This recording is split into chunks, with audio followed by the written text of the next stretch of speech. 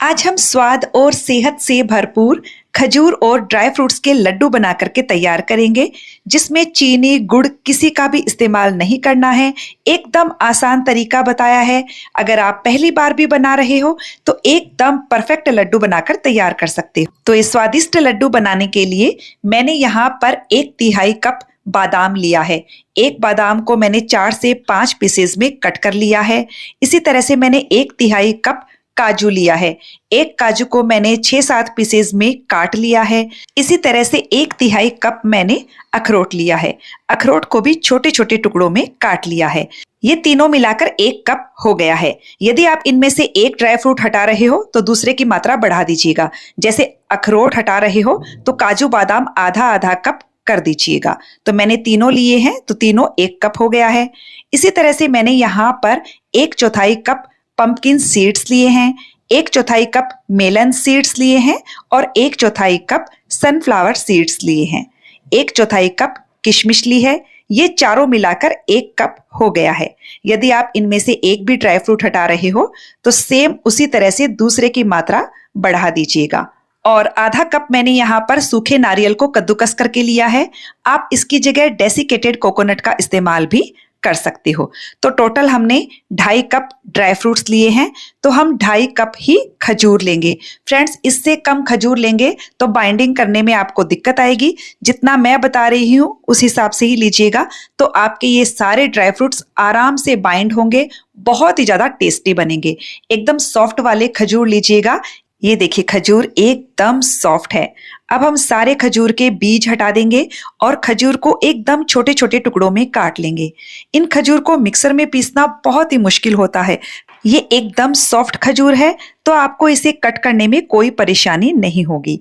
तो ये देखिए, मैंने सारे खजूर को कट करके तैयार कर लिया है। एकदम छोटे छोटे पीसेस में काटा है और खजूर के बीजों को हटा देंगे। मैंने लड्डू में डालने के लिए 2 बड़े चम्मच कटा हुआ पिस्ता और 2 बड़े चम्मच खसखस भी ली है। तो चलिए चलते हैं गैस की तरफ, बनाते हैं लड्डू। सबसे पहले कढ़ाई में डालेंगे 2 बड़े चम्मच घी। आंच को बिल्कुल धीमा रखना है। सबसे पहले मैं यहाँ पर बादाम डाल रही हूँ। बादाम को हम धीमी आंच पर 1 मिनट के लिए भुनेंगे। 1 मिनट हो गया है। अब मैं यहाँ पर काजू भी डाल रही हूँ। काजू को भी हम करीब 1 मिनट के लिए फ्राई करेंगे। करीब 1 मिनट हो गया है तो अब हम इसमें अखरोट डाल देंगे। तो फ्रेंड्स, आप चाहें तो इन्हें अलग अलग भी भून सकते हो और जैसे मैं भून रही हूँ वैसे भी कर सकते हो।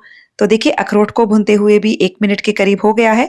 अब लास्ट में मैं इसमें डालूंगी पिस्ता। इसे भी हम हल्का सा भून लेते हैं। तो ये सारी चीजें एक साथ ही भून जाएंगी, लेकिन आप इन्हें थोड़े थोड़े गैप में डालिएगा क्योंकि सबके भुनने का समय अलग अलग होता है। तो ये देखिए, सारी चीजें बढ़िया से भुन गई है। तो अब हम इन सबको बाहर निकाल लेंगे। इन चारों को भुनने में मुझे करीबन 4 से 5 मिनट का समय लगा है, लेकिन ध्यान रखिएगा धीमी आंच पर ही भूनना है। अब हम बचे हुए घी में किशमिश को फ्राई करेंगे। किशमिश बहुत जल्दी फ्राई हो जाती है, तुरंत ही फूलने लगती है। तो ये देखिए, किशमिश हमारी फ्राई हो गई है। तो इसे भी हम सेम बर्तन में बाहर निकाल लेंगे। तो काजू बादाम अखरोट पिस्ता किशमिश ये सब फ्राई हो चुके हैं। अब हम बचे हुए घी में सारे सीड्स डाल देंगे। अभी मुझे इसमें और घी डालने की जरूरत नहीं पड़ी है। आपको लगे कि घी नहीं है तो आप इसमें और घी भी डाल सकते हो, लेकिन अभी तक मैंने 2 बड़ा चम्मच ही घी डाला है। धीमी आंच पर सीड्स को भुनेंगे। सीड्स जब भुन जाते हैं तो उनमें चटकने की आवाज आने लगती है। तो जैसे ही चटकने की आवाज आने लगे, इन सीड्स को आप बाहर निकाल लीजिए। सारे ड्राई फ्रूट्स एक ही बर्तन में आप निकालते जाइए। अब देखिए, कढ़ाई में घी खत्म हो गया है तो मैं यहाँ पर आधा चम्मच जितना घी डाल रही हूँ। अब हम इसमें डालेंगे खसखस। 10 से 15 सेकंड के लिए घी में भुनेंगे और फिर तुरंत ही हम इसमें ये नारियल भी डाल देंगे। नारियल को भी हम खसखस के साथ भून लेंगे। इन्हें हमें बहुत ज्यादा भुनने की जरूरत नहीं है, बस 1 से 1.5 मिनट हमें इसे भून लेना है।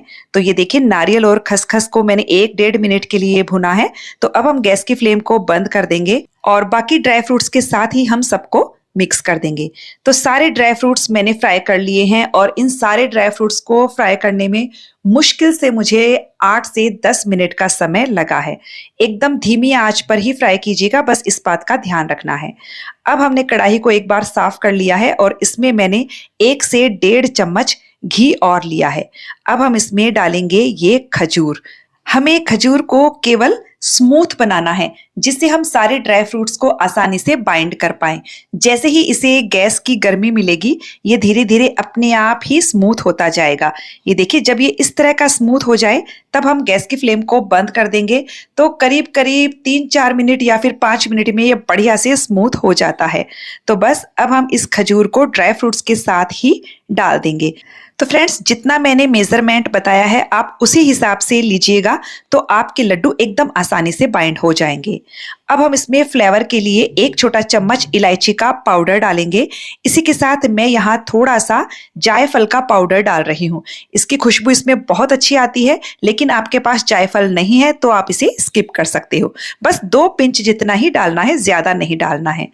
अब हम पहले पलटे की सहायता से खजूर को ड्राई फ्रूट्स के साथ मिक्स कर लेते हैं, क्योंकि खजूर अभी बहुत गर्म है। उसके बाद हम इसे हाथों से बाइंड कर लेंगे। इसे आपको गरम गरम बांधने की बिल्कुल भी जरूरत नहीं है। आराम से जब आप इसे छू पाए तब बांध सकते हो। तो पहले मैं इसे मिक्स कर लेती हूँ। तो चलिए, अब ये थोड़ा सा ठंडा हो चुका है। इतना ठंडा हो गया है कि हम इसे आराम से हाथों से छू पा रहे हैं।